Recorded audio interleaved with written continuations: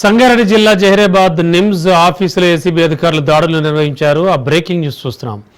NIMS deputy collector రాజు, deputy తహసీల్దార్ సతీష్ ఏసీబీకి పట్టుబడ్డారు.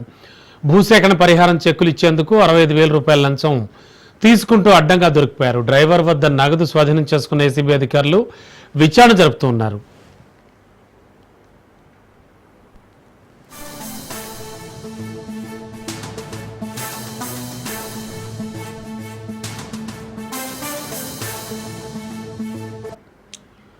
సంగారెడ్డి జిల్లా జహీరాబాద్ నిమ్స్ ఆఫీసులో ACB అధికారులు దాడులు చేశారు. నిమ్స్ డిప్యూటీ కలెక్టర్ రాజు, డిప్యూటీ తహసీల్దార్ సతీష్ ఏసీబీకి పట్టుబడ్డారు.